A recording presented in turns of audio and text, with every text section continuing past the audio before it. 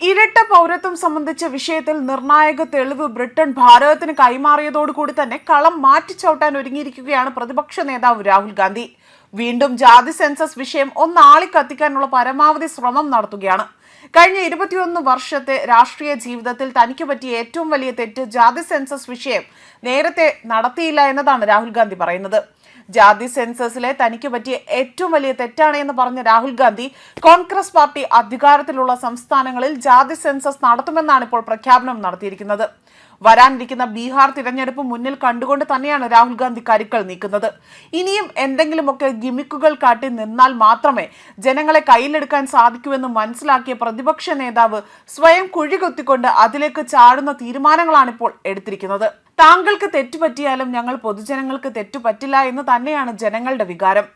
NDA സർക്കാരിനെ ഏറ്റവും കൂടുതൽ പ്രതിരോധത്തിലാക്കാൻ രാഹുൽ ഗാന്ധി കൊണ്ടുവന്ന വിഷയത്തിൽ ഒന്ന് തന്നെയായിരുന്നു ജാതി സെൻസസ്.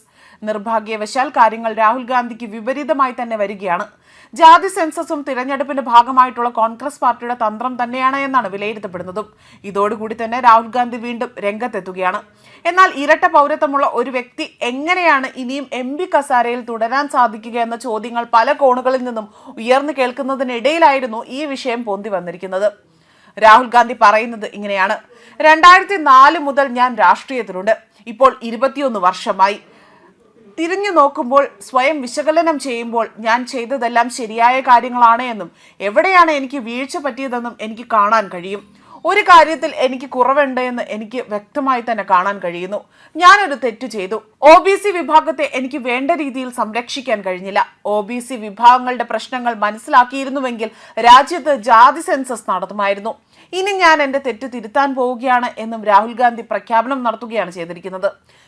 അതുപോലെ തന്നെ ഡൽഹിയിലെ തൽക്കത്തോറ സ്റ്റേഡിയത്തിൽ നടന്ന ഭാഗീദാരി ന്യായ് സമ്മേളനത്തിൽ ഒരു റാലിയെ അഭിസംബോധന ചെയ്ത് സംസാരിക്കവെയായിരുന്നു രാഹുൽ ഗാന്ധി ഇക്കാര്യങ്ങൾ വ്യക്തമാക്കുന്നത്. കോൺഗ്രസ് അധികാരത്തിലിരുന്ന സമയത്ത് ജാതി സെൻസസ് നടത്തേണ്ടതായിരുന്നു.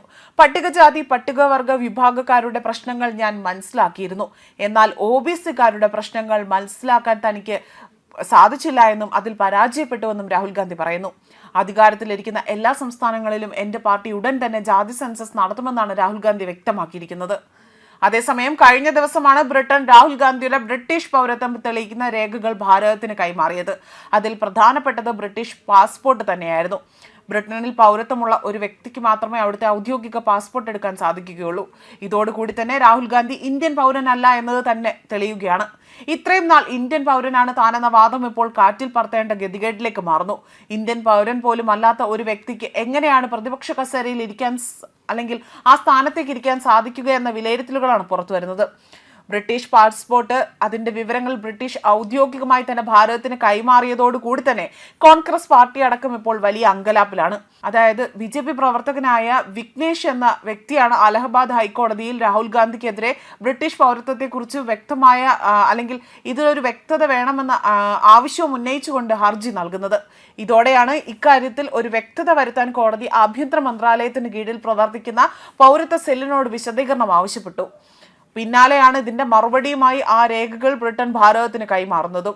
കേന്ദ്ര ആഭ്യന്തര മന്ത്രാലയം ഇതിന്റെ അടിസ്ഥാനത്തിൽ വിവരശേഖരത്തിന്റെ ബ്രിട്ടീഷ് ഭരണകൂടത്തെ സമീപിക്കുകയായിരുന്നു. 5 മാസത്തിന് ശേഷം ഇപ്പോൾ രാഹുൽ ഗാന്ധിയുടെ ബ്രിട്ടീഷ് പാസ്പോർട്ട് അടങ്ങിയിട്ടുള്ള വിവരങ്ങൾ ഭാരതത്തിന് ബ്രിട്ടൻ ഔദ്യോഗികമായി കൈമാറുകയാണ് ചെയ്തിരിക്കുന്നത്. ന്യൂസ് ഡെസ്ക് കർമ്മ ന്യൂസ്.